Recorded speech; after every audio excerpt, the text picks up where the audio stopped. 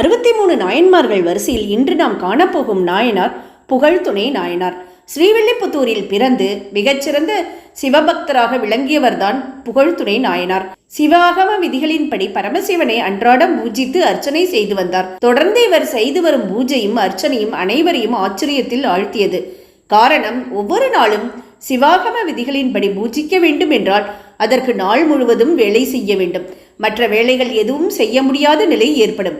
தன்னுடைய உணவு உடைக்காக வேலை எதுவும் செய்யாமல் இப்படி இடைவிடாமல் சிவபூஜை செய்யும் நாயனாரை பார்க்கும் அனைவருக்கும் ஆச்சரியமே. தனக்காக எதுவும் செய்யாமல் சிவபூஜைக்காக சர்வசதா காலமும் பணி செய்த நாயனாருக்கு பசியால் சில நேரத்தில் சோர்வு ஏற்படும். சில நேரங்களில் கோயில்களில் கிடைக்கும் பிரசாதத்தை உண்டு பசியை போக்குவார். ஆனால் எல்லா நாளும் பசியை போக்குவது என்பது இயலாத செயலாகவே இருந்தது நாயனாருக்கு. இருந்தும் தன் உடம்பு வளர பசியை போக்குவதற்காக வேறு வேலைக்கு செல்லாமல் என்றும் அழியாத புகழை தரும் சிவபூஜைக்கான வேலையிலேயே ஈடுபட்டு வந்தார். இப்படி பசி பற்றி கவலைப்படாமல் ஆகம விதிகளின்படி பூஜை செய்து வந்த நாயனாரை பற்றி ஊரார் புகழ்ந்து பேசினார்கள். தங்களால் இயன்றவரை பிரசாதத்தை வழங்கி நாயனாரின் பசியை போக்கினார்கள். ஆனால் சோதனையாக ஊர் முழுவதும் பஞ்சம் வந்துவிட்டது. யாருக்கும் உணவுப் பொருள் போதிய அளவு இல்லை. பலருக்கும் பசி நோய் வந்து வாட்டியது.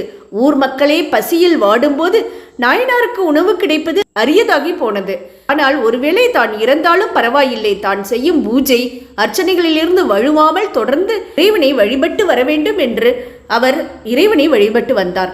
இப்படி அயராது இரவு பகலும் ஈசனடியில் நேசம் வைத்து பன்மலர் கொண்டு அர்ச்சித்து பூஜிப்பார். ஒரு நாள் சிவலிங்கத்திற்கு திருமஞ்சனம் புரியும் போது பசியால் மிகவும் தளர்வு அடைந்து தண்ணீர் நிறைந்த குடம் இறைவன் மேல் விழ அதனால் பெருந்துன்பமுற்று வீழ்ந்து விட்டார். மூச்சு பேச்சு இல்லாமல் மயங்கி விட்டார்.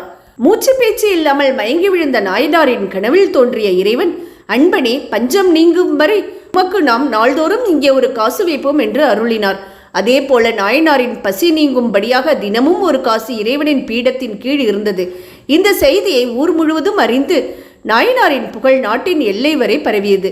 இறைவனால் தரப்பட்ட காசை கொண்டு பசியாறி தொடர்ந்து ஆகம விதிகளின்படி சிவபூஜை செய்து இறைவன் இணையடி சேர்ந்தார் புகழ்துணை நாயனார். புகழ்துணையாரின் குரு பூஜை ஆனி மாதம் அயிலை நட்சத்திரத்தில் கடைபிடிக்கப்படுகிறது. அந்நாளில் புகழ்துணை நாயனாரை ஒரு நிமிடம் நினைத்தால் கூட போதும், நமக்கு நடப்பவை எல்லாம் நல்லதாகவே நடக்கும். அடுத்த பதிவில் வேறொரு நாயனாருடன் உங்களை வந்து சந்திக்கும் வரை நன்றி, வணக்கம்.